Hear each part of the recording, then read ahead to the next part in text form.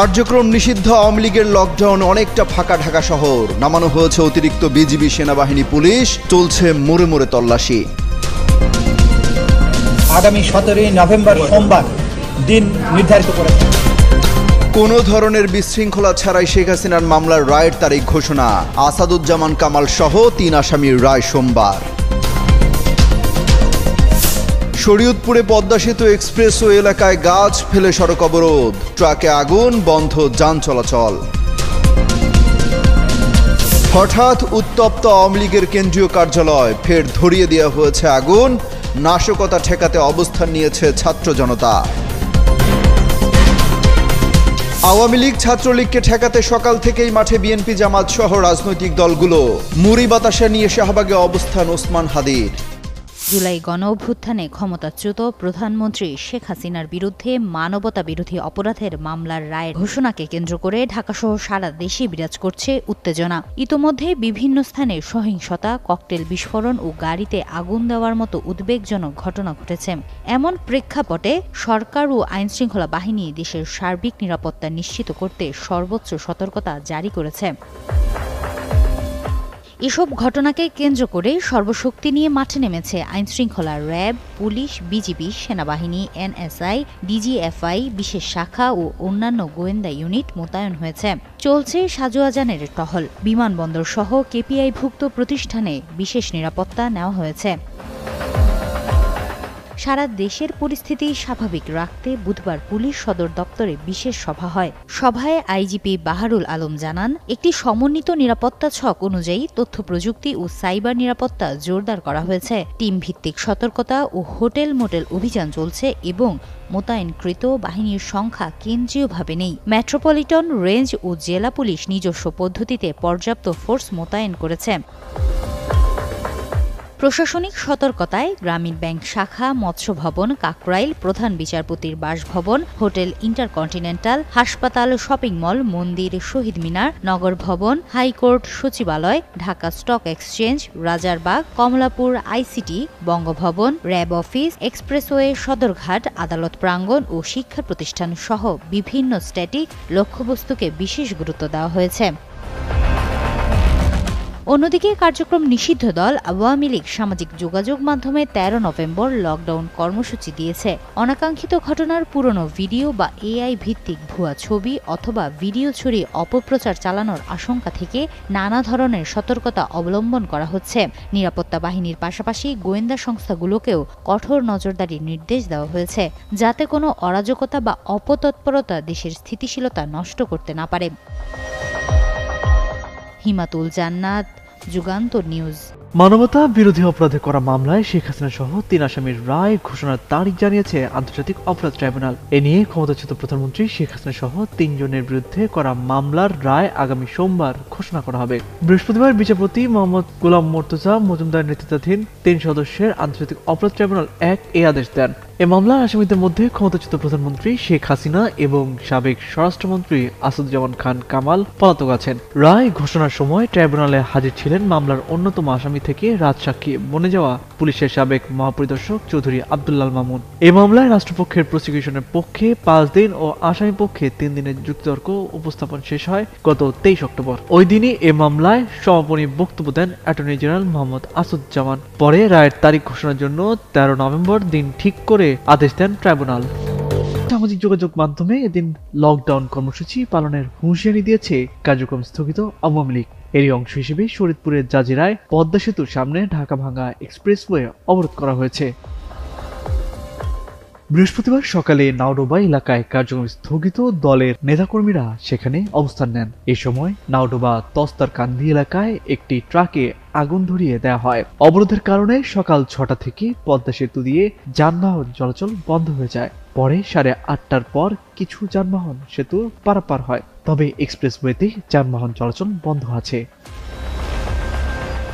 জাজিরার পদ্মা সেতু দক্ষিণ থানা ও স্থানীয় সূত্রে জানা যায়, লকডাউন কর্মসূচির অংশ হিসেবে আজ সকালে আওয়ামী লীগের নেতাকর্মীরা পদ্মা সেতুর জাজিরা প্রান্তের ঢাকা-ভাঙ্গা এক্সপ্রেসওয়ে অবরোধ করেন। সড়কটির নাওডোবা স্থানের বিভিন্ন এলাকায় অবস্থান নেন তারা। সকাল 7টার দিকে তস্তরকান্দি এলাকায় একটি ট্রাকে আগুন ধরিয়ে দেওয়া হয়। খবর পেয়ে ফায়ার সার্ভিসের কর্মীরা আগুন নিয়ন্ত্রণে আনেন। এ সময় 2টি যাত্রীবাহী বাস ভাঙচুর করা হয়। আতঙ্ক সৃষ্টি করতে আন্দোলনকারীরা তস্তরকান্দি এলাকায় সড়কে টায়ারে আগুন জ্বালিয়ে মিছিল করেন। ওই সময় বেশ কিছু ককটেল বিস্ফোরণ ঘটানো হয়। পুলিশ বলছে সকাল থেকে পদ্মা সেতুর 1 কিলোমিটার পশ্চিমে সড়কে অবস্থান নেন আন্দোলনকারীরা। পুলিশ তাদের সড়ক থেকে সরিয়ে দেওয়ার চেষ্টা করে। এ সময় দুর্বৃত্তরা একটি ট্রাকে আগুন দেয়। 8:30টার পর শরীয়তপুরের কিছু যানবাহন সেতু পারাপার হওয়া শুরু করেছে, কিন্তু এক্সপ্রেসওয়েতে যানবাহন চলাচল বন্ধ আছে। আওয়ামী লীগের কার্যক্রম নিষিদ্ধ ঘোষিত আওয়ামী লীগের কার্যক্রমের ঘিরে কর্মসূচি ঘিরে এই মুহূর্তে রাজধানীতে কঠোর নিরাপত্তা জোরদার করেছে আইন শৃঙ্খলা রক্ষাকারী বাহিনী। আপনি দেখতে পাচ্ছেন যে বিজিবি, র্যাব, সেনাবাহিনীর টহল এবং পুলিশের অবস্থান কিন্তু শক্ত অবস্থান রয়েছে এবং এই মুহূর্তে আমরা রয়েছি রাজধানীর বাংলা মোটর এলাকায়। আমরা এখান থেকে দেখেছি যে আসলে পুলিশ কিন্তু চেকপোস্ট বসিয়েছে যে কোনো ধরনের নাশকতার ঘটনা যেন না ঘটে এবং এটি রোধে মূলত এই ধরনের তৎপরতা লক্ষ্য করা যাচ্ছে। আইন শৃঙ্খলা রক্ষাকারী বাহিনী নিয়মিত তল্লাশির পাশাপাশি বিজিবির শক্ত অবস্থান রয়েছে। আমরা দেখছি বিজিবি কিন্তু এখানে সকাল থেকেই তারা কিন্তু অবস্থান নিয়েছে এবং এর আগেও বিজিবির এই ধরনের বাস্তবতা সিচুয়েশনে কিন্তু পরিস্থিতিতে বিজিবি কিন্তু টহল দিতে দেখেছি এবং আজকে কিন্তু বিজিবির শক্ত টহল লক্ষ্য করা যাচ্ছে। আমরা পুলিশের কথা যদি বলি, পুলিশ কিন্তু আমরা দেখেছি ঢাকার বিভিন্ন প্রান্তে কিন্তু তারা ছোট ছোট দলে বিভক্ত হয়ে কিন্তু তারা টহল দিচ্ছেন এবং বিশেষ করে মূল সড়কগুলোতে অবস্থান অনেকটা জোরালো লক্ষ্য করা যাচ্ছে। বাংলা মোটর এই অংশে দেখতে পাচ্ছেন যে পুলিশের কিন্তু চেকপোস্ট রয়েছে এবং এই চেকপোস্টগুলোতে সন্দেহভাজন কোনো ব্যক্তিকে দেখলেই তারা কিন্তু থামিয়ে তারা দেখছেন এবং আমরা এর আগেও সকালের অংশে দেখেছিলাম যে গাবতলীর পাশে যে টেকনিক্যাল মোড়, সেই টেকনিক্যাল মোড়ের অবস্থা আমরা দেখানোর চেষ্টা করেছি। এই মুহূর্তে বাংলা মোটরের অবস্থান আমরা দেখানোর চেষ্টা করছি। তো বাংলা মোটরের যে পরিস্থিতি সেটি হলো দেখতে পাচ্ছেন যে এখানে অনেক আইন শৃঙ্খলা রক্ষাকারী বাহিনী উপস্থিত রয়েছে। সন্দেহভাজন কাউকে দেখলেই তাকে দাঁড় করানো হচ্ছে। ব্যাগগুলো তল্লাশি চালিয়ে কোনো ধরনের নাশকতার আলামত পাওয়া যায় কিনা সেটি কিন্তু দেখছেন আইন শৃঙ্খলা রক্ষাকারী বাহিনী। এই পরিস্থিতিতে এখন পর্যন্ত সকালের দৃশ্য যদি বলি, যারা এই মুহূর্তে ঢাকার বা রাজধানীর বাসিন্দা রয়েছেন, যারা এই যুগান্তর লাইভ দেখছেন, তাদের যদি বলে রাখি যে সকাল থেকে এখন পর্যন্ত কোনো ধরনের ঘটনা ঘটেনি, যেটি আশঙ্কা করছিলেন অনেকে সকালে কি হবে, 13 তারিখ সকালে আসলে কি হতে যাচ্ছে, এটি মূলত অনেকেই আশঙ্কা করছিলেন। তো সকাল থেকে এখন পর্যন্ত কোনো ধরনের অপ্রীতিকর ঘটনা ঘটেনি। পাশাপাশি বিশেষ করে যেই আতঙ্ক ছড়িয়েছে গত 2 দিন, যে চলন্ত বাসে আগুন কিংবা সিএনজিতে আগুন কিংবা মোটরসাইকেল থেকে ককটেল নিক্ষেপ, এই ধরনের কিন্তু কোনো ঘটনা এখন পর্যন্ত সকালে ঘটেনি বলে আমরা জানতে পেরেছি। দর্শক, আমরা দেখতে পাচ্ছি একজনের উপরে হামলা করা হয়েছে এই মুহূর্তে লাঠি সোটা হাতে। আমরা সকাল থেকে ছাত্র শিবির কর্মীরা এখানে অবস্থান নিয়েছেন এবং এই মুহূর্তে আমরা দেখতে পাচ্ছি একজনকে সন্দেহ করে তাকে কার্যক্রম নিষিদ্ধ আওয়ামী লীগের কার্যালয়ের সামনে একজন আওয়ামী লীগ কর্মী সন্দেহে একজনকে আটক করা হয়েছে এবং সকাল থেকে এখানে অবস্থান নেওয়া জামায়াতের কর্মীদের আমরা দেখতে পাচ্ছি তারা হাতে লাঠি সোটা নিয়ে এই মুহূর্তে। দর্শক, আমরা দেখতে পাচ্ছি একজনকে আওয়ামী লীগ কর্মী সন্দেহে একজনকে এই মুহূর্তে এখানে আটক করা হয়েছে এবং এখানে সকাল থেকে অবস্থান নেওয়া জামায়াত শিবিরের কর্মীদের আমরা দেখতে পাচ্ছি তাকে লাঠি সোটা দিয়ে তার উপরে হামলা করা হয়েছে এই মুহূর্তে। কই দেখি না তো, অনবীক্ষণ যন্ত্র খুঁজতেছি, পাইতেছি না। অনবীক্ষণ যন্ত্র কই, আমি কই। দর্শক, শুনছিলেন আমরা একজন ইনকিলাব মঞ্চের একজন নেত্রীর কাছ থেকে শুনলাম তারা আওয়ামী লীগের এই কর্মসূচি কিভাবে দেখছে। দর্শক, এই মুহূর্তে আমরা দেখতে পাচ্ছি ইনকিলাব মঞ্চের ওসমান হাদি সহ আমরা দেখতে পাচ্ছি ইনকিলাব মঞ্চের মুখপাত্র ওসমান হাদি এই মুহূর্তে উপস্থিত আছেন এবং ডাকসুর নেত্রী ঝুমাকে আমরা দেখতে পাচ্ছি তারা মিছিল নিয়ে এসে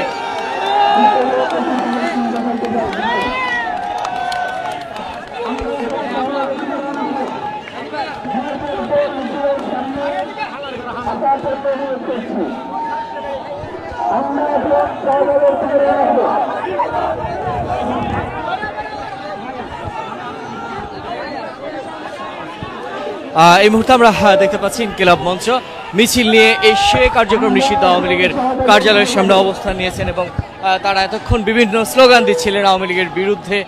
এই মুহূর্তে আমরা দেখতে পাচ্ছি ইনকিলাব মঞ্চের ওসমান হাদি এবং ডাকসু নেত্রী ঝুমা এই মুহূর্তে আমরা দেখতে পাচ্ছি কার্যক্রম নিষিদ্ধ আওয়ামী লীগ।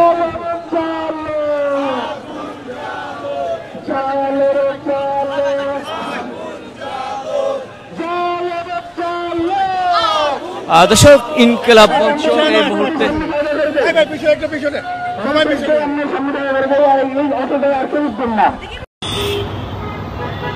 কার্যক্রম নিষিদ্ধ আওয়ামী লীগের লকডাউন কর্মসূচি ঘিরে এই মুহূর্তে রাজধানীর শাহবাগের যে চিত্র, সেই চিত্র দেখানোর চেষ্টা করছি। দর্শক এই মুহূর্তে রাজধানীর শাহবাগ এলাকা থেকে আপনাদের সবাইকে যুগান্তর লাইভে যুক্ত করেছি আমি মিনহাজুল ইসলাম। দেখানোর চেষ্টা করছি রাজধানীর শাহবাগ এলাকার সর্বশেষ যে চিত্র। আপনারা জানেন যে আজকে 13ই নভেম্বর ক্ষমতাচ্যুত বাংলাদেশের প্রধানমন্ত্রী সাবেক প্রধানমন্ত্রী শেখ হাসিনা যে মামলা, অর্থাৎ গণহত্যার দায়ে, মানবতা বিরোধী অপরাধের দায়ে আন্তর্জাতিক অপরাধ ট্রাইব্যুনালে তার যে মামলা, সেই মামলার রায়ের তারিখ ঘোষণা হবে আজ আন্তর্জাতিক অপরাধ ট্রাইব্যুনাল থেকে। সেই রায়কে কেন্দ্র করে আজ 13ই নভেম্বর সারা দেশে লকডাউন কর্মসূচি ঘোষণা করেছিল কার্যক্রম নিষিদ্ধ ঘোষিত সংগঠন আওয়ামী লীগ, এবং সেই ঘোষণার পর থেকেই কিন্তু বিভিন্ন রাজনৈতিক ছাত্র সংগঠন এবং রাজনৈতিক দল তারা কিন্তু বিভিন্ন কর্মসূচি ঘোষণা করেছে।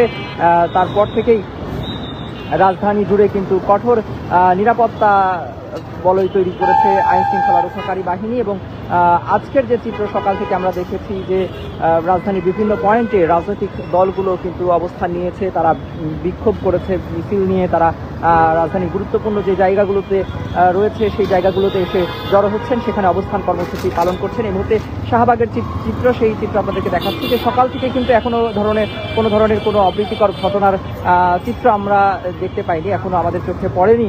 তবে গতকাল রাতে যেমনটি আমরা দেখেছিলাম যে এই রাজধানীর বেশ কিছু জায়গায় কিন্তু ককটেল বিস্ফোরণের ঘটনা ঘটেছে, গাড়িতে অগ্নিসংযোগের ঘটনা ঘটেছে। এ নিয়ে সাধারণ মানুষ কিছুটা ভীত সন্ত্রস্ত ছিল, কিছুটা আতঙ্কিত ছিল। তবে আজকে সকাল থেকে ভোরের আলো ফোটার সাথে সাথেই আমরা রাজধানীর বিভিন্ন পয়েন্টগুলো ঘুরে দেখেছি, সেখানে কিন্তু এখনো পর্যন্ত কোনো অপ্রীতিকর ঘটনা ঘটেনি এবং কার্যক্রমে নিষিদ্ধ আওয়ামী লীগের কোনো নেতাকর্মীকেও আমরা দেখতে পাইনি। আমরা দেখেছি যে ছাত্রদল সহ, ছাত্র শিবির সহ, জাতীয় নাগরিক পার্টি, এই যে ছাত্র সংগঠন ছাত্রশক্তি, গণ অধিকার পরিষদের নেতাকর্মীরা সহ যারা আছে, জুলাই গণ অভ্যুত্থানে যারা নেতৃত্ব দিয়েছিলেন সেসব সংগঠনের যারা আছেন, তারা কিন্তু রাজধানীর বিভিন্ন পয়েন্টে কিন্তু জড়ো হয়েছেন। এই মুহূর্তে শাহবাগের যদি বলি যে শাহবাগের নিরাপত্তা ব্যবস্থা যেমনটি দেখানোর চেষ্টা করছি যে এখানে কিন্তু র্যাব, পুলিশ এবং বিজিবির যৌথ যে টহল গাড়ি, সেটি কিন্তু আমরা এখানে দেখেছি। সতর্ক অবস্থানে রয়েছে আইন শৃঙ্খলা রক্ষাকারী বাহিনী। রাজধানীর বিভিন্ন মোড়ে মোড়ে কিন্তু চেকপোস্ট বসানো হয়েছে পুলিশের। সেই চেকপোস্ট থেকে কিন্তু যাদেরকে সন্দেহভাজন মনে হচ্ছে, যাদেরকে পুলিশ সন্দেহ করছে, তাদেরকে কিন্তু তল্লাশি করা হচ্ছে। তাদের ব্যাগপত্র যদি কিছু সাথে থাকে সেগুলো কিন্তু খুলে চেক করে দেখা হচ্ছে। নিজে দিল্লি, ছেলে আমেরিকা, মেয়ে লন্ডন, এখানে বসে এই যে গরিব মানুষগুলোরে মার খাওয়া হইতেছে। সাহস তাদের থাকে, তারা তার প্রতিরোধ গড়ে তুলুক। গত 15 বছর বিএনপি, জামাত ইসলামী, অন্যান্য দল তো প্রতিরোধ গড়ে তুলেছে, তারা তো দেশ ছেড়ে পালায় নাই। তো তারা যদি রাজনীতি করতে চায়, তার প্রতিরোধ গড়ে তুলুক। মহান মুক্তিযুদ্ধের সময় এরকম ওই যে জাতির জনক বলছে যে আমি হরতাল ডাকিয়ে দিচ্ছি, বাসায় গিয়ে ঘুমা। এখন হাসেন এরকম বলছে আমি লকডাউন দিয়ে দিচ্ছি, যা ফাইন। এবং নিজে দিল্লি, ছেলে আমেরিকা, মেয়ে লন্ডন, এখানে বসে এই যে গরিব মানুষগুলোরে মার খাওয়া হইতেছে। তো বাংলাদেশের মানুষের আওয়ামী লীগ যারা করেন, একটু বলি ভাই, একটু প্লিজ নিজের বিবেকটারে বর্গা দিয়েন না। নিজের বোনরে নিয়ে পালাই গেছে, আর বাচ্চা কাচ্চা তো দেশেই থাকে না। এখনো তার কথায় আপনারা নিজের জীবন ধ্বংস করেন না। আপনারা তো অবাক করেন যারা গণহত্যা করে নাই, আর বাকি যারা গণহত্যা করেছে, বাংলাদেশে ইনশাল্লাহ কোনো শক্তি এই বিচারকে ব্যাহত করতে পারবে না, তাতে যদি কোনো রাজনৈতিক দলও কারোর সাথে আপোষ করে। কারণ এখন এই গণ অভ্যুত্থানের নতুন বাংলাদেশের সব থেকে প্রধান শরিক আমাদের শহীদ পরিবার। সুতরাং 500 কোটি টাকা দিয়ে ডিল করে আপনি একটা শহীদ পরিবার কিনবেন যার সন্তানটা হারাই গেছে, একমাত্র সন্তান চিরতরে অন্ধ হয়ে গেছে, পঙ্গু হয়ে গেছে। সুতরাং ইনশাল্লাহ আমরা রাজপথে আছি। আপনাদের মাধ্যমে বলতে চাই, তারা যে কোনো জায়গায় শাহবাগে যদি না আসে, যদি বলে যে ওইখানে যাবে, আমরা তো পুলিশ তো অফকোর্স আমাদের সাথে যাবে না, আমরা সেখানে গিয়ে তাদের সাথে প্রতিরোধ করতে চাই। এই খুনি হাসিনা এবং নিষিদ্ধ ছাত্রলীগ, যুবলীগ, এই সকল গণহত্যা এবং শিশু হত্যার বিচার এই স্বাধীন বাংলাদেশে হবে। খুনি হাসিনাকে দেশে নিয়ে এসে তাকে ফাঁসিতে ঝুলাতে হবে। তারা খুনি হাসিনাকে খুনি বলতে ভয় পায়, তারা এই ফ্যাসিস্টকে ফ্যাসিস্ট বলতে ভয় পায়, তারা এই সন্ত্রাসীদেরকে সন্ত্রাসী বলতে ভয় পায়। আমরা স্পষ্ট ভাষায় বলে দিতে চাই, যারা খুনি হাসিনার প্রতি সহানুভূতি দেখাবে, তারা খুনি হাসিনা তো এই দেশ থেকে ভারতে পালানোর সুযোগ পাইছে, আপনারা এই দেশ থেকে পালানোর সুযোগ পাবেন।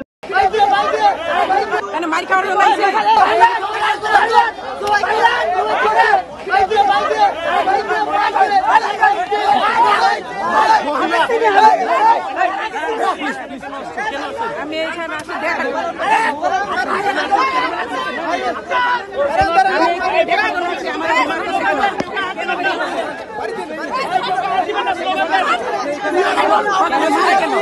আমি দেখা বানাইতে পারে কেন কেন মার খাওয়ার বানাইছে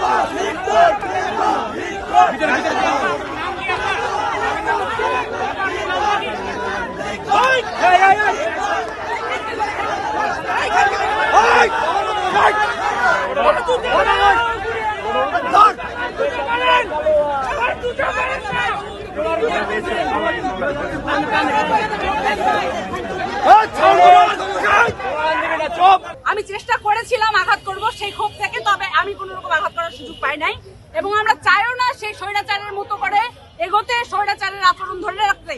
আমরা চাই আদর্শ, আমরা চাই বাংলাদেশ সুন্দরভাবে গঠিত হোক, আমরা চাই সুন্দর একটা বাংলাদেশের ছড়িয়ে পড়ুক সাধারণ জনগণ, এবং আমরা সকলে মিলে সেটা প্রতিবাদ করব। মুজিববাদ মুর্দাবাদ।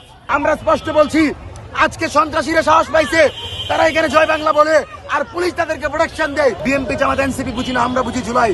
আমরা সকল শক্তিদেরকে নিয়ে এই ফ্যাসিবাদী অপশক্তি আওয়ামী লীগকে যেখানেই পাবো সেখানে লাল করতে হবে, লাল করতে হবে, যেন সেই লাল সে দেখানোর সাহস না। 13 নভেম্বর ঢাকায় মরণ কামড় দেবে আওয়ামী লীগ। টানা 17 বছর আঁকড়ে থাকা আওয়ামী লীগ এখন পাগলা ঘোড়ার মতো অবস্থা। ক্ষমতাচ্যুত শেখ হাসিনাকে ছাড়াই চলছে নির্বাচনের আয়োজন, ভোটের সময়ও নির্ধারণ। প্রস্তুত সরকার, প্রস্তুত রাজনৈতিক দলগুলো, প্রস্তুত নির্বাচন কমিশন। কিভাবে এই নির্বাচনকে ভণ্ডুল করা যায়, দেশকে কিভাবে অস্থিতিশীল পরিস্থিতির মধ্যে ফেলে দেওয়া যায়, সেই ছক কষছে পলাতক আওয়ামী লীগ। 13 নভেম্বর ঘিরে ব্যাপক নাশকতার পরিকল্পনা করা হচ্ছে বলেও শঙ্কা রয়েছে। মূলত আন্তর্জাতিক অপরাধ ট্রাইব্যুনালে সাবেক প্রধানমন্ত্রী শেখ হাসিনার বিরুদ্ধে দায়ের করা গণহত্যার মামলার রায় ঘোষণার তারিখ জানা যাবে আগামী 13 নভেম্বর। ওই দিনটি ঘিরে নাশকতা ও অস্থিরতা তৈরির আশঙ্কা করেছেন নিরাপত্তা সংশ্লিষ্ট কর্মকর্তারা। তারা বলছেন, একটি কার্যক্রম নিষিদ্ধ রাজনৈতিক দলের অংশবিশেষ সহিংস পরিস্থিতি সৃষ্টির পরিকল্পনা করছে, যার লক্ষ্য হতে পারে বিচার প্রক্রিয়া বাধাগ্রস্ত করা। এরই মধ্যে আওয়ামী লীগের নেতাকর্মীরা 13 নভেম্বর ঢাকা লকডাউনের ঘোষণা দিয়ে প্রচারণা চালাচ্ছেন। দৈনিক আমার দেশ এই নিয়ে একটি প্রতিবেদন প্রকাশ করেছে। বলা হচ্ছে এই পরিকল্পনার সমন্বয় করা হচ্ছে প্রতিবেশী দেশ ভারত থেকে। জানা যায় পরিকল্পনাকারীরা দলীয় কর্মীদের আবেগকে কাজে লাগানোর কৌশল হাতে নিয়েছে। এজন্য সারা দেশে সহিংসতায় অভ্যস্ত ও কঠোরপন্থী কর্মীদের বাছাই করা হয়েছে। তাদের কিছু এলাকায় প্রশিক্ষণও দেওয়া হয়েছে বলে জানা যায়। প্রতিবেদন বলছে 13 নভেম্বরের আগের রাত থেকেই রাজধানী ও আশেপাশে বিশৃঙ্খলা তৈরির পরিকল্পনা রয়েছে বলে জানিয়েছে নিরাপত্তা সূত্র। এছাড়া গোপালগঞ্জ, মাদারীপুর ও শরীয়তপুরকে বিশৃঙ্খলার কেন্দ্র হিসেবে বিবেচনা করা হচ্ছে। নিরাপত্তা সংস্থাগুলোর মতে গত 1 বছরে অন্তর্বর্তী সরকারের বিরুদ্ধে কয়েক দফা অপচেষ্টা ব্যর্থ হয়েছে। এখন রায়ের তারিখ ঘোষণাকে কেন্দ্র করে নতুন করে অস্থিতিশীলতা তৈরির চেষ্টা হতে পারে। তাই সেনাবাহিনীকে আপাতত মাঠে রাখার সুপারিশ করেছে নিরাপত্তা সংস্থাগুলো। নিরাপত্তা সংস্থার তথ্য মতে ঢাকায় অন্তত 5টি স্থানে ডিজিটাল যোগাযোগ ও নাশকতা কৌশলে প্রশিক্ষণ দেওয়া হয়েছে। এই ঘটনায় সেনাবাহিনীর এক সাবেক সেনা কর্মকর্তা মেজর সাদিকুল হক সাদেককে গ্রেফতার করেছে। গোপালগঞ্জেও একই ধরনের প্রশিক্ষণে প্রমাণ পেয়েছে আইন শৃঙ্খলা রক্ষাকারী বাহিনী। এ কারণে কিছু সাবেক ও বর্তমান পুলিশ কর্মকর্তার উপর নজরদারি জোরদার করা হয়েছে। সূত্র জানায় সংগঠনটি অবৈধ অস্ত্র ব্যবহার করে সহিংসতা ঘটানোর পরিকল্পনা করছে। সম্প্রতি ঢাকায় একটি অস্ত্রের চালান আটক করেছে সেনাবাহিনী। আশঙ্কা করা হচ্ছে আরও কয়েকটি চালান ঢাকায় ঢুকতে পারে। এছাড়া আগের সরকারের আমলে দলীয় বিবেচনায় দেওয়া অস্ত্রের লাইসেন্সগুলোর মধ্যে অনেকগুলো এখনো জমা হয়নি। এসব অস্ত্র ব্যবহারের আশঙ্কাও উড়িয়ে দেওয়া যাচ্ছে না। 13 নভেম্বরের আগের রাত থেকেই রাজধানী ও আশেপাশে বিশৃঙ্খলা তৈরি পরিকল্পনা রয়েছে বলে জানিয়েছে নিরাপত্তা সূত্র। গাজীপুর চৌরাস্তা থেকে উত্তরা পর্যন্ত সড়ক অবরোধের দায়িত্বে পেয়েছেন জাহাঙ্গীর আলম। কাজপুর থেকে যাত্রাবাড়ি পর্যন্ত অবরোধের দায়িত্ব লিয়াকত শিকদারের। ঢাকার ভেতরে অগ্নিসংযোগ ও সংঘর্ষ সংগঠনের দায়িত্বে থাকবেন সম্রাট। 12 নভেম্বর সন্ধ্যার পর ছোট ছোট ঝটিকা মিছিল ও পরিবহনে অগ্নিসংযোগের পরিকল্পনা রয়েছে। আইন শৃঙ্খলা রক্ষাকারী বাহিনীর বিভিন্ন ইউনিটকে ইতোমধ্যে সতর্ক অবস্থায় রাখা হয়েছে। নিরাপত্তা বিশ্লেষক অবসরপ্রাপ্ত লেফটেন্যান্ট কর্নেল দিদারুল আলম বলেন, দেশের ভিতর বা বাইরে থেকে নাশকতার চেষ্টা হতে পারে। আইন শৃঙ্খলা বাহিনীকে জনগণকে সঙ্গে নিয়ে যে কোনো অপচেষ্টা মোকাবিলা করতে হবে। প্রতিবেদনটি তৈরিতে তথ্য ও উপাত্তের সাহায্য নেওয়া হয়েছে ডেইলি যুগান্তর থেকে। আর এতক্ষণ আপনারা সঙ্গে ছিলেন বিশ্ব বাংলার। সেই সঙ্গে আপনি বাংলাদেশের কোন জেলা থেকে এই ভিডিওটি দেখছেন আমাদের কমেন্ট করে জানান। আমরা পরবর্তী ভিডিওতে আপনাকে ধন্যবাদ জানাতে ভুলব না। এতক্ষণ বিশ্ব বাংলার সাথে থাকার জন্য অসংখ্য ধন্যবাদ। ইতিহাসে স্বাধীনতার 54 বছর পর ঐতিহাসিক মহাসমাবেশ, এটা আগামী দিনের রাজনীতির একটি মাইল ফলক হয়ে থাকবে। এটি মুসলিম উম্মার ঐক্য, দেশপ্রেমিক মানুষের জাতীয় ঐক্য।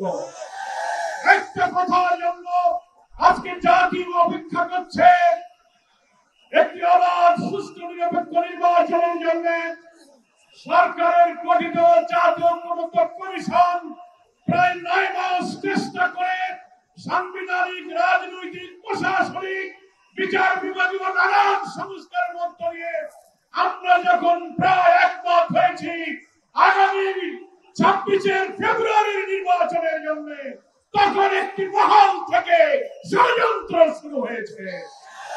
সেই ষড়যন্ত্রের সূত্র ধরেও আজকে দিল্লির ষড়যন্ত্রে আগামী 13 তারিখে শাটডাউনের নামে নতুন নাশকতার পরিকল্পনা করা হচ্ছে। এই সুযোগ বন্ধ করে আমরা সরকারের কাছে আবেদন জানাতে চাই, যারা দাবি করছেন একদিনে গণভোটার জাতীয় নির্বাচন হবে, আমরা বাংলাদেশের সকল সংবিধান বিশেষজ্ঞ একমত। জুলাই জাতীয় সনদে যেসব সংস্কারগুলো একমত হয়েছে, 48টি বিষয়ে সংবিধানের অনেক সংস্কার হয়েছে। দলের প্রধান, সরকার প্রধান এক থাকবে না। সাংবিধানিক পদগুলোতে পৃথক অ্যাপয়েন্টিং অথরিটি হবে। বিকল্প বিশিষ্ট পার্লামেন্ট সহ যা যা সংশোধন হয়েছে গণভোটে, তা যদি আইনি ভিত্তি না হয় তাহলে কিসের ভিত্তিতে জাতীয় নির্বাচন হবে? এই সরকারকে হাইকোর্টের আর্টিকেল 106 এর মধ্য দিয়ে রেফারেন্স সহকারে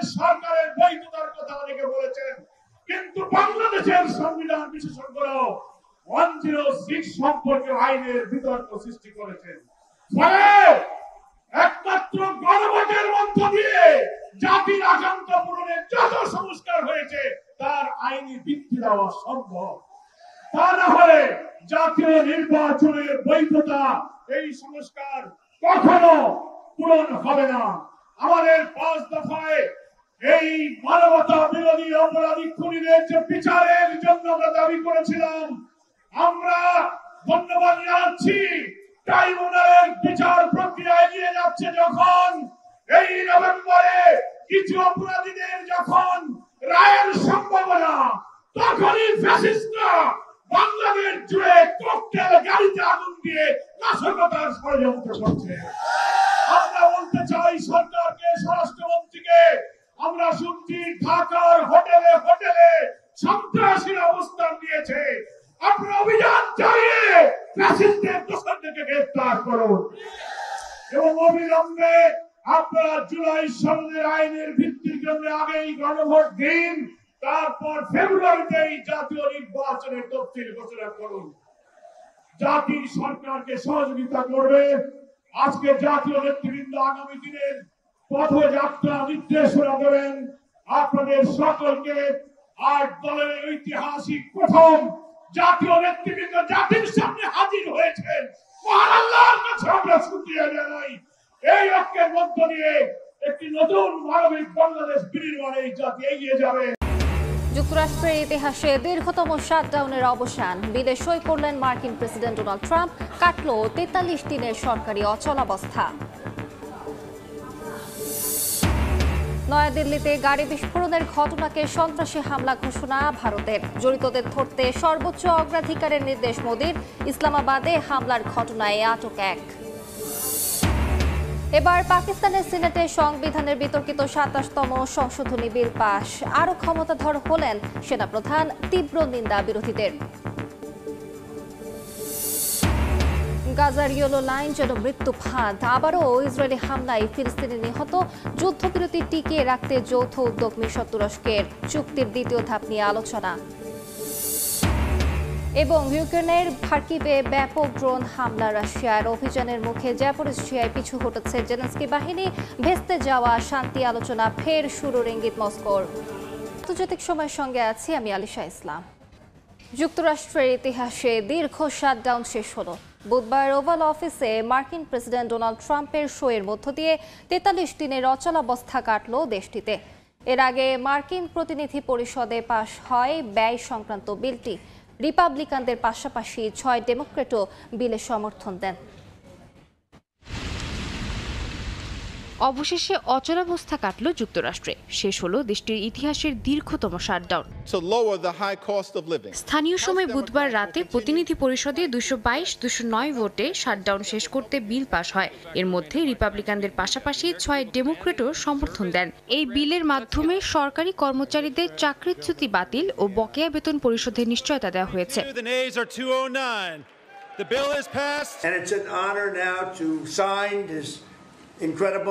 প্রতিনিধি পরিষদে পাশের পর বিলটি যায় প্রেসিডেন্ট ডোনাল্ড ট্রাম্পের কাছে। তাই সই করার মধ্য দিয়ে আনুষ্ঠানিকভাবে শেষ হয় যুক্তরাষ্ট্রের দীর্ঘতম সরকারি অচলাবস্থা। তবে আলোচিত স্বাস্থ্য বীমা ভর্তুকি ইস্যুর ভবিষ্যৎ এখনো অনিশ্চিত। ডেমোক্রেটদের মূল দাবি ছিল অ্যাফোর্ডেবল কেয়ার অ্যাক্টের অধীনে ভর্তুকির মেয়াদ বাড়ানো, যা এই চুক্তিতে সরাসরি অন্তর্ভুক্ত করা হয়নি। পরিবর্তে ডিসেম্বরের দ্বিতীয় সপ্তাহে আলাদা ভোটের মাধ্যমে এ বিষয়ে সিদ্ধান্ত নেওয়ার কথা বলা হয়েছে। দীর্ঘদিনের এই অচলাবস্থার কারণে যুক্তরাষ্ট্র জুড়ে জনজীবন বিপর্যস্ত হয়ে পড়েছে। প্রায় 14 লাখ সরকারি কর্মচারী বেতন ছাড়া কাজ করছেন অথবা ছুটিতে আছেন। খাদ্য সহায়তা কার্যক্রম স্থবির হয়ে গেছে। মারাত্মক বিঘ্ন দেখা দিয়েছে বিমান চলাচলে। এই বিস্ফোরণের ঘটনাকে আনুষ্ঠানিকভাবে সন্ত্রাসী হামলা হিসেবে ঘোষণা দিয়েছে ভারত সরকার। বুধবার মন্ত্রিসভার বৈঠকে এই প্রস্তাব গৃহীত হয়। জড়িতদের ধরতে সর্বোচ্চ অগ্রাধিকার দিয়ে তদন্তের নির্দেশ দিয়েছেন প্রধানমন্ত্রী নরেন্দ্র মোদী। ভারত জুড়ে সতর্কতার মধ্যে এয়ার ইন্ডিয়ার একটি ফ্লাইটে বোমা হামলার হুমকি দেওয়া হয়েছে। অন্যদিকে পাকিস্তানের রাজধানী ইসলামাবাদে আদালতের সামনে আত্মঘাতী হামলার ঘটনায় এক মোটরসাইকেল চালককে গ্রেফতার করেছে পুলিশ। ওই চালক হামলাকারীকে আদালত এলাকায় পৌঁছে দেয়। ভারতের নয়াদিল্লিতে গাড়ি বিস্ফোরণের পর থেকে রাজধানী জুড়ে চাপা আতঙ্ক। গুরুত্বপূর্ণ সড়কে বেড়েছে পুলিশের টহল।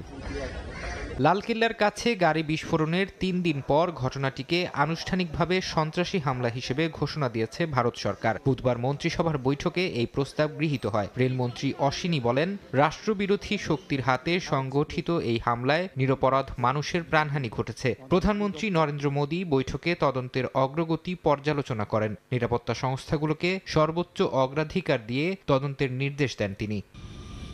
দিল্লিতে বিস্ফোরণের পর ভারত জুড়ে উচ্চ সতর্কতার মধ্যেই মুম্বাই থেকে বারাণসীগামী এয়ার ইন্ডিয়া এক্সপ্রেস ফ্লাইটে বোমা হামলার হুমকি দেওয়া হয়েছে। পরে বিমানটি জরুরি অবতরণ করে বারাণসী বিমানবন্দরে। নিরাপদে সরিয়ে নেওয়া হয় 176 যাত্রীকে। অন্যদিকে পাকিস্তানের রাজধানী ইসলামাবাদে আদালতের সামনে আত্মঘাতী হামলার ঘটনায় এক মোটর সাইকেল চালককে গ্রেফতার করেছে পুলিশ। জানা গেছে, ওই চালক অনলাইন সার্ভিসের মাধ্যমে হামলাকারীকে আদালত এলাকায় পৌঁছে দেয়। এদিকে রাজধানীতে বিস্ফোরণের পর দেশটির পাঞ্জাব প্রদেশে সর্বোচ্চ সতর্কতা জারি করেছে পুলিশ।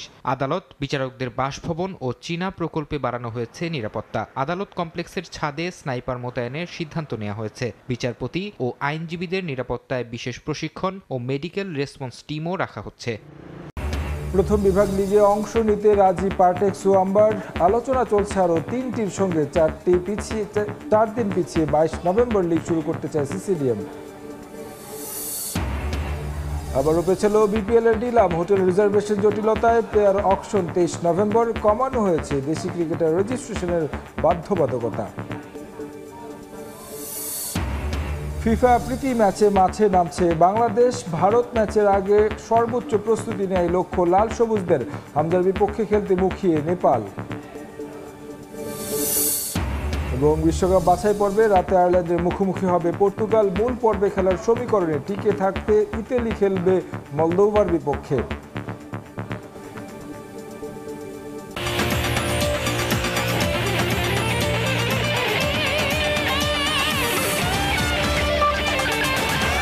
আয়ারল্যান্ড সিরিজের আগে নির্বাচকদের টেবিলে চলছে তোলপাড়। টেস্ট দলে আসছে আমূল পরিবর্তনের ঝড়। বাদ পড়তে যাচ্ছেন একাধিক তারকা। বিপিএল এর ফ্র্যাঞ্চাইজি পেতে আগ্রহী 11 প্রতিষ্ঠানের মধ্যে প্রাথমিক বাছাইয়ে বাদ 3টি। থাকছে না চিটাগং কিংস, খুলনা টাইগার্স ও নোয়াখালী। অনিয়মের সঙ্গে আপোষ করবে না পিসিবি। 4টা 5টা 6টা যেটাই হয়, আমরা জোর করে টিম নিব না। ও ছাড়াই 3 দিন ধরে অনুশীলন করছে বাংলাদেশ ফুটবল দল। 10 তারিখ দেশে আসছেন হামজা চৌধুরী। স্কোয়াড ঘোষণা করল নেপাল। বিপিএল এর ফ্র্যাঞ্চাইজি চাওয়া 11 প্রতিষ্ঠানের মধ্যে প্রাথমিক বাছাইয়ে বাদ পড়ল 3টি। প্রয়োজনীয় ডকুমেন্টস এবং পে অর্ডার জমা না দেওয়ার কারণে দুটো পুরনো দল চিটাগং কিংসের এসকিউ স্পোর্টস এবং খুলনার মাইন্ডট্রি আর থাকছে না। বাদ পড়া অন্যটি এবারই প্রথম নোয়াখালী ফ্র্যাঞ্চাইজি চাওয়া বাংলা মার্ট। আগামী 4 নভেম্বর টিকে থাকা 8 প্রতিষ্ঠানের মধ্য থেকেই এবারের ফ্র্যাঞ্চাইজি দেয়া হবে বলে নিশ্চিত করেছে বিপিএল এর গভর্নিং কাউন্সিলের সদস্য সচিব ইফতেখার মিঠু। ওই আফ্রিদিও ক্লেম করেছিল আর কেনেডিয়ান যে ইয়াসি সাগর উনিও কমপ্লেন করেছিল। চীনের দুঃখ হুয়াংহু আর বাংলাদেশ ক্রিকেটের দুঃখ বিপিএল। দেশের একমাত্র ফ্র্যাঞ্চাইজি টুর্নামেন্টটি এতদিনেও পায়নি পেশাদার কোনো রূপ। কোন আসরের চেয়ে কোন আসর বেশি খারাপ থেকে যায় সেই প্রতিযোগিতা। তবে এবারের পরিস্থিতি কিছুটা ভিন্ন, যার প্রমাণ বিসিবির আইনজীবীর এই বক্তব্য। এবং তার কাছ থেকে টাকা রিকভার করার জন্য যত আইনি প্রক্রিয়া কোনোটাই আমরা কোনো কার্পণ্য রাখছি না। And we are taking very strong legal actions. এবং এইবার যে উনি কমপ্লায়েন্সের কথা বললো, compliance is of utmost importance. এবার আমরা the board has decided there is zero tolerance policy. প্রমাণটা আরও শক্তপোক্ত করল বোর্ডের কার্যক্রম। এবারের আসরে ফ্র্যাঞ্চাইজি যাওয়া 11টি প্রতিষ্ঠানের মধ্যে 3টিকেই বাদ দিয়েছে গভর্নিং কাউন্সিল। মূলত প্রয়োজনীয় ডকুমেন্টস এবং ফ্র্যাঞ্চাইজি ফির পে অর্ডার জমা না দেওয়াতেই এই সিদ্ধান্ত নিয়েছেন তারা। এতদিন কাগজে কলমে থাকলেও এবার শুরু থেকেই হার্ড লাইনে বিসিবি। বিপিএল গভর্নিং কাউন্সিল 3টি প্রতিষ্ঠানকে ইউআই প্রক্রিয়ার অনুমোদিত নন কমপ্লায়েন্ট হিসেবে চিহ্নিত করেছে। সো এখন আমরা শর্টলিস্ট করে 11টা থেকে 8টা করা হয়েছে। আপনার যে ঘটনাটা হয়েছে যে ইউআইতে যে ডকুমেন্ট দেওয়ার কথা ছিল সেই ডকুমেন্টগুলি ওনারা ইনক্লুডিং পে অর্ডার 2 কোটি টাকা ইনক্লুডিং পে অর্ডার এগুলি সহকারে এটা এর জন্য ওনারা কোয়ালিফাই করেন। সময় নেই খুব একটা, দ্রুতই ঘোষণা করতে হবে ফ্র্যাঞ্চাইজিদের নাম। এত তাড়াহুড়োতে কোনো ভুল করতে চায় না গভর্নিং কাউন্সিল। তাই তাদের স্পষ্ট বার্তা, টিকে থাকা 8 প্রতিষ্ঠান থেকেই দেয়া হবে এবারের ফ্র্যাঞ্চাইজি, তবে শর্ত পূরণ করতে না পারলে রাখা হবে না কাউকেই। গত বিপিএলে চিটাগং কিংস ফ্র্যাঞ্চাইজি মালিক প্রতিষ্ঠানের সঙ্গে বিসিবির টানাপোড়েন বেশ পুরনো, কিন্তু এবার আর কোনো সুযোগ দিতে রাজি নয় বোর্ড। আমাদের কাছে যে কমপ্লেনগুলি এসছে, শন টেট তাদের কাছে প্রায় $37,000 পায়। রোজ ভিউ হোটেল সিলেট তারা প্রায় 17 লক্ষ টাকার একটা ক্লেম দিয়েছে। তারপরে আপনার আমাদের শেরাটন হোটেল একটা 29 লক্ষ টাকার ক্লেম দিয়েছে। তাই তো অভিযোগের পাহাড় কমানোর জন্য আইনি পথেই এগোচ্ছে বিসিবি। এবারের বিপিএলে ফ্র্যাঞ্চাইজি দেওয়ার ক্ষেত্রে বিসিবির প্রায়োরিটি দুটো, আর্থিক লেনদেনের সঙ্গে ফ্র্যাঞ্চাইজিদের মেনে চলতে হবে এন্টি ফিক্সিং আইন। টি-20 ক্রিকেটের দামও আপাতত বন্ধ হয়েছে কিছুদিনের জন্য। আসছে আয়ারল্যান্ড সিরিজ শুরু টেস্ট ফরম্যাটে। আসন্ন সেই লড়াইয়ে বাংলাদেশের স্কোয়াড কেমন হবে, নতুন কেউ কি দলে আসছে, স্কোয়াড গঠনে চলমান এনসিএল কতটা ভূমিকা রাখবে, এসব পুরনো প্রশ্নের উত্তর খুঁজছেন সৈয়দ ইমন। এবছরের জুন মাসে শ্রীলঙ্কার বিপক্ষে সর্বশেষ টেস্ট সিরিজ খেলেছিল বাংলাদেশ। সময়ের হিসেবে খুব বেশি দিন আগের কথা না, কিন্তু মাঝে হয়েছে অসংখ্য টি-20 ক্রিকেট, তাই টেস্টের কথা সবাই যেন ভুলেই বসেছে। চলতি মাসে আয়ারল্যান্ডের বিপক্ষে 2 ম্যাচের লাল বলের সিরিজ দিয়ে এলিট ফরম্যাটে বাংলাদেশের প্রত্যাবর্তন হবে মুশফিকুর রহিমের টেস্ট ম্যাচের সেঞ্চুরি। আগের সিরিজ থেকে কে বাদ পড়ছে আর কে ঢুকছে নতুন, সেই ছক অলরেডি নির্বাচকদের টেবিলে। শ্রীলঙ্কার মাটিতে বাংলাদেশের সেই সিরিজে 2 ম্যাচেই খেলেছিলেন এনামুল হক বিজয়। একে তো 2 ম্যাচেই ব্যর্থ হয়েছেন, তার পাশাপাশি মাঠের বাইরের নানা নেতিবাচক আলোচনার শীর্ষে এই উইকেট কিপার ব্যাটার। নিশ্চিতভাবেই বলা যায় বিজয় থাকছেন না আয়ারল্যান্ডের বিপক্ষে। বিজয়ের জায়গায় কে খেলবেন আলোচনায় মাহমুদুল হাসান জয়ের নাম আসছে যৌক্তিকভাবে। এই বছর মাত্র 2টা টেস্ট খেলেছে বাংলাদেশ। আয়ারল্যান্ডের বিপক্ষে 2 টেস্টও বিশ্ব টেস্ট চ্যাম্পিয়নশিপের অংশ নয়, কিন্তু 2026-এ টেস্ট চ্যাম্পিয়নশিপের 8টা ম্যাচ খেলবে টাইগাররা। আসন্ন কঠিন চ্যালেঞ্জের প্রস্তুতি শুরু করতে হবে এখন থেকেই। আইরিশদের বিপক্ষে গুরুত্বহীন 2 টেস্টে জেতার পাশাপাশি স্কোয়াড শক্ত করার কথাও যে ভাবতে পারে বাংলাদেশ, তাতে কোনো সন্দেহ নেই। ফের জাতীয় দলে দেরিতে ফুটবলার ছাড়ছে কিংস। এএফসি ক্লাব কম্পিটিশন খেলে 4 নভেম্বর জাতীয় দলে যোগ দেওয়ার কথা থাকলেও দিচ্ছে না। এদিকে হেড কোচ হ্যাভিয়ার ক্যাব্রেরাকে ছাড়া টানা 3য় দিন অনুশীলন ছেড়েছে জাতীয় ফুটবল দল। সেই নজির দেশের অতীত ইতিহাসে নেই। আর বাংলাদেশের বিপক্ষে 13 নভেম্বর প্রীতি ম্যাচের জন্য 38 সদস্যের দল ঘোষণা করেছে নেপাল। 2.5 মাস আগে এই নেপালের বিপক্ষেই প্রীতি ম্যাচের জন্য ফিফার গাইডলাইন মেনে ফুটবলার ছেড়েছিল কিংস। এবার অবশ্য ক্লান্তি কাটাতে দেরি করে জাতীয় দলের ক্যাম্পে যোগ দিতে যাচ্ছে ক্লাবটির ফুটবলাররা। রোববার কুয়েতে এএফসি চ্যালেঞ্জ লিগের সবকটি ম্যাচ হেরে দেশে ফিরেছে রাকিব তপুরা। 4 নভেম্বর মঙ্গলবার কিংসের ফুটবলাররা হ্যাভিয়ার ক্যাব্রেরার ক্যাম্পে যোগ দেবার কথা ছিল, কিন্তু বাফুফেকে তারা জানিয়েছে 7 নভেম্বরের আগে কোনোভাবেই ক্যাম্পে যোগ দিতে পারছে না। কিংসের ফুটবলারদের মতো দেরি করছেন হেড কোচ হ্যাভিয়ার ক্যাব্রেরাও। তাকে ছাড়াই 3য় দিনের মতো জাতীয় স্টেডিয়ামে অনুশীলন করেছে জামাল জায়ানরা। সোমবারও ক্যাব্রেরা ক্যাম্পে আসবেন কিনা নিশ্চিত নয়। হেড কোচ ছাড়া টানা 3 দিন জাতীয় দলের ক্যাম্প চলার নজির বাংলাদেশের অতীত ইতিহাসে নেই। এদিকে বাংলাদেশের বিপক্ষে 13 নভেম্বর প্রীতি ম্যাচ খেলতে রোববার বিকেলে 35 সদস্যের দল ঘোষণা করেছে অল নেপাল ফুটবল অ্যাসোসিয়েশন। দলটির অস্ট্রেলিয়ান কোচ ম্যাট রোজ দায়িত্ব পালনে অস্বীকৃতি জানানোয় ইন্টেরিয়াম কোচের দায়িত্ব দেওয়া হয়েছে হ্যারি খাতকাকে। বাংলাদেশের বিপক্ষে ম্যাচ দিয়েই তার মিশন শুরু। নেপাল জাতীয় দলের বেশ কিছু ফুটবলার খেলেন বাংলাদেশের ঘরোয়া লিগে, তাই জামাল তপুদের ভালোই চেনা হিমালয়ের দেশটির। 6 নভেম্বর কাঠমান্ডুতে ক্যাম্প শুরু করবেন হ্যারি খাতকা। 11 নভেম্বর বাংলাদেশে আসবে নেপাল। আসসালামু আলাইকুম সুপ্রিয় দর্শক, আশা করি সবাই ভালো আছেন। চলেছে বাংলাদেশের আবহাওয়া, বাংলাদেশের কোন কোন বিভাগ বা জেলাগুলোর উপর দিয়ে ঝড় বৃষ্টি হওয়ার সম্ভাবনা রয়েছে সেই সকল গুরুত্বপূর্ণ খবর আজকের এই ভিডিওতে আপনারা পেয়ে যাবেন। তো বুধবার 13 তারিখ কেমন থাকতে চলেছে বাংলার আকাশ ও বাংলাদেশের আবহাওয়া, বাংলাদেশের কোন কোন জেলা বা বিভাগগুলোতে বৃষ্টিপাতের সম্ভাবনা রয়েছে সেই সকল খবর আজকের এই ভিডিওতে আপনারা জানতে পারবেন। তাই কে কোন জেলা থেকে এই ভিডিওটা দেখছেন অবশ্যই কমেন্ট করে জানিয়ে দেবেন, আর অবশ্যই ভিডিওতে একটি লাইক করে চ্যানেলটিকে সাবস্ক্রাইব করে রাখুন পরবর্তী আবহাওয়ার খবর পাওয়ার জন্য। তো মৌসুমী বায়ুর প্রভাবে বাংলাদেশের বিভাগ বা জেলাগুলোর উপর দিয়ে কিন্তু বুধবার 13 তারিখ সকাল থেকে কিন্তু বৃষ্টিপাতের সম্ভাবনা রয়েছে। তো প্রথমেই দেখা যাচ্ছে রংপুর, সেই সাথে ময়মনসিংহ, সিলেট, একই সাথে বাংলাদেশের বিভাগীয় যে সকল জেলাগুলো রয়েছে ঢাকা, তারপরে এদিক দিয়ে রয়েছে খুলনা, বরিশাল, চট্টগ্রাম, সব বিভাগের উপর দিয়ে কিন্তু বৃষ্টিপাতের সম্ভাবনা রয়েছে দিনভর। বুধবার 13 তারিখ সকাল থেকেই দেখা যাচ্ছে বাংলাদেশের ভোর 5টা থেকে দেখা যাচ্ছে রংপুর বিভাগের জেলাগুলোর উপর দিয়ে কিন্তু হালকা থেকে মাঝারি ধরনের বা কিছু কিছু জায়গায় কিন্তু বজ্রসহ ভারী বৃষ্টিপাত ও ঝড়ের সম্ভাবনা রয়েছে রংপুর বিভাগের জেলাগুলোতে। তো এখান দিয়ে কিন্তু দেখা যাচ্ছে পঞ্চগড়, সেই সাথে এদিক দিয়ে দিনাজপুর, এদিক দিয়ে কিন্তু বজ্রসহ ভারী বৃষ্টিপাতের সম্ভাবনা রয়েছে। এখান থেকে কিন্তু সকাল থেকে আবহাওয়াটা বেশ মেঘলা আবহাওয়া বিরাজ করবে, একই সাথে কিন্তু বৃষ্টিপাতের সম্ভাবনা রয়েছে রংপুর বিভাগে যে এইসব জেলাগুলোর উপর দিয়ে ভোর থেকেই 13 তারিখ বুধবার। তো রংপুর বিভাগে যে সকল জেলাগুলো রয়েছে রংপুর, কুড়িগ্রাম, দিনাজপুর, লালমনিরহাট, গাইবান্ধা, নীলফামারী, পঞ্চগড়, ঠাকুরগাঁও, এই সকল জেলাগুলোর উপর দিয়ে একই সাথে দেখা যাচ্ছে বাংলাদেশের ময়মনসিংহ বিভাগের জেলাগুলোর উপর দিয়েও কিন্তু সকাল থেকেই আবহাওয়াটা বেশ মেঘলা আবহাওয়া বিরাজ করবে। একই সাথে ময়মনসিংহ বিভাগের যে সকল জেলাগুলো রয়েছে এই সকল জেলাগুলোর উপর দিয়েও কিন্তু হালকা থেকে মাঝারি ধরনের বৃষ্টিপাত হতে পারে, তবে আবহাওয়াটা বেশ মেঘলা থাকার সম্ভাবনাই রয়েছে ময়মনসিংহ বিভাগের জেলাগুলোর উপর দিয়ে, ময়মনসিংহ, নেত্রকোনা, জামালপুর, শেরপুর, এই সকল জেলাগুলোর উপর দিয়ে। একই সাথে এদিকে দেখা যাচ্ছে সিলেট বিভাগের যে সকল জেলাগুলো রয়েছে এখান দিয়েও কিন্তু সকাল থেকে বেশ আবহাওয়াটা মেঘলা আবহাওয়া বিরাজ করবে। একই সাথে কিন্তু হালকা থেকে মাঝারি, আবার কিছু কিছু জায়গায় দেখা যাচ্ছে ভারী বৃষ্টিপাতের সম্ভাবনা রয়েছে মৌলভীবাজার সহ সিলেট বিভাগের জেলাগুলোর উপর দিয়ে। তো সিলেট বিভাগের দেখা যাচ্ছে সিলেট, হবিগঞ্জ, মৌলভীবাজার, সুনামগঞ্জ, এই সকল জেলাগুলোর উপর দিয়ে কিন্তু আবহাওয়াটা মেঘলা আবহাওয়া বিরাজ করবে। একই সাথে কিন্তু ভারী বৃষ্টিপাতের সম্ভাবনা রয়েছে দেখা যাচ্ছে মৌলভীবাজার সহ সিলেট বিভাগের জেলাগুলোর উপর দিয়ে কিছু কিছু জায়গা দিয়ে। একই সাথে সিলেটের আবহাওয়াটা সকাল থেকে মেঘলা আবহাওয়া বিরাজ করবে। সেই সাথে দেখা যাচ্ছে বাংলাদেশের ঢাকা বিভাগের আবহাওয়াটাও আংশিক মেঘলা থাকবে।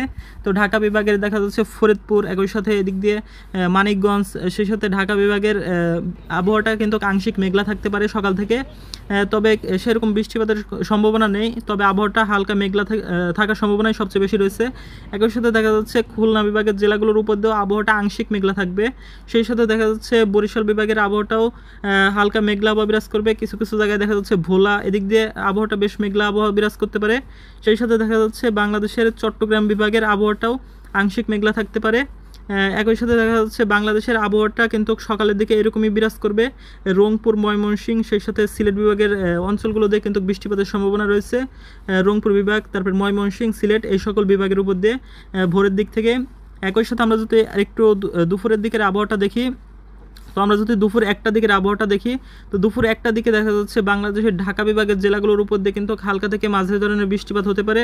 তো ঢাকা বিভাগের যে সকল জেলাগুলো রয়েছে এইখান দিয়ে, তো এখান দিয়ে কিন্তু আবহাওয়াটা বেশ মেঘলা থাকবে দুপুরের দিকে। এদিক দিয়ে কিন্তু কিছু কিছু জায়গায় ভারী বজ্রসহ বৃষ্টিপাতও হতে পারে ঢাকা বিভাগের জেলাগুলো দিয়ে। সেই সাথে কিন্তু ঢাকা বিভাগে দুপুর 1টার দিকে কিন্তু বৃষ্টিপাতের সম্ভাবনা রয়েছে ঢাকা, সেই সাথে মানিকগঞ্জ, ফরিদপুর, মুন্সিগঞ্জ, গাজীপুর, নারায়ণগঞ্জ, গোপালগঞ্জ, নরসিংদী, কিশোরগঞ্জ, রাজবাড়ী, শরীয়তপুর, টাঙ্গাইল, এই সকল জেলাগুলোর উপর দিয়ে কিন্তু বৃষ্টিপাতের সম্ভাবনা রয়েছে দুপুরের দিকে। তবে আবহাওয়াটা বেশ মেঘলা থাকতে পারে দুপুরের দিকে এইসব অঞ্চলগুলো দিয়ে। একই সাথে দেখা যাচ্ছে ঢাকা, মানিকগঞ্জ দিক দিয়ে কিন্তু ভারী বৃষ্টিপাতের সম্ভাবনা রয়েছে। সেই সাথে যে সকল জেলাগুলো রয়েছে ঢাকা বিভাগের এখান থেকেও কিন্তু বৃষ্টিপাত হতে পারে দুপুরের দিকে। একই সাথে দেখা যাচ্ছে খুলনা বিভাগের জেলাগুলোর আবহাওয়াটাও কিন্তু বেশ মেঘলা থাকবে, এদিক দিয়েও কিন্তু হালকা থেকে মাঝারি ধরনের বৃষ্টি নামার সম্ভাবনা রয়েছে খুলনা বিভাগের জেলাগুলোর উপর দিয়ে। তো খুলনা বিভাগের যে সকল জেলাগুলো রয়েছে খুলনা, ঝিনাইদহ, মেহেরপুর, চুয়াডাঙ্গা, কুষ্টিয়া, নড়াইল, যশোর, মাগুরা, সাতক্ষীরা, বাগেরহাট, এই সকল জেলাগুলোর উপর দিয়ে। একই সাথে দেখা যাচ্ছে বরিশাল বিভাগের আবহাওয়াটাও কিন্তু বেশ মেঘলা আবহাওয়া বিরাজ করবে, একই সাথে হালকা থেকে মাঝারি ধরনের বৃষ্টিপাতের সম্ভাবনা রয়েছে বরিশাল বিভাগের জেলাগুলোর উপর দিয়ে। সেই সাথে দেখা যাচ্ছে এদিক দিয়ে রয়েছে চট্টগ্রাম। তো চট্টগ্রাম বিভাগের যে সকল জেলাগুলো রয়েছে এখান দিয়েও কিন্তু দুপুর 1টার দিকে বৃষ্টিপাতের সম্ভাবনা লক্ষ্য করা যাচ্ছে। কিছু কিছু জায়গায় ভারী বৃষ্টিপাতও হতে পারে। এদিক দিয়ে দেখা যাচ্ছে পাহাড়ি অঞ্চলগুলোর উপর দিয়েও কিন্তু হালকা থেকে মাঝারি বা ভারী বৃষ্টিপাতের সম্ভাবনা রয়েছে। সেই সাথে দেখা যাচ্ছে চট্টগ্রাম বিভাগের যে সকল জেলাগুলো রয়েছে চট্টগ্রাম, এদিক দিয়ে রয়েছে ফটিকছড়ি, খাগড়াছড়ি, রাঙ্গামাটি, সেই সাথে এদিক দিয়ে রয়েছে কক্সবাজার, টেকনাফ সহ চট্টগ্রাম বিভাগের পাহাড়ি অঞ্চল থানচি সহ এদিক দিয়ে রয়েছে রাঙ্গামাটি, সেই সাথে এদিক দিয়ে কুমিল্লা, একই সাথে এদিক দিয়ে ফেনী সহ চট্টগ্রাম বিভাগের জেলাগুলোর উপর দিয়ে কিন্তু হালকা থেকে মাঝারি ধরনের বৃষ্টিপাত হতে পারে। একই সাথে দেখা যাচ্ছে বাংলাদেশের দুপুর 1টার দিকে রংপুর বিভাগের আবহাওয়াটাও আংশিক মেঘলা আবহাওয়া বিরাজ করতে পারে। সেই সাথে এদিক দিয়ে রয়েছে ময়মনসিংহ, সিলেট, এদিক দিয়েও কিন্তু আবহাওয়াটা বেশ মেঘলা আবহাওয়া থাকতে পারে। একই সাথে রাজশাহী বিভাগের আবহাওয়াটা আংশিক মেঘলা থাকবে দুপুর 1টার দিকে।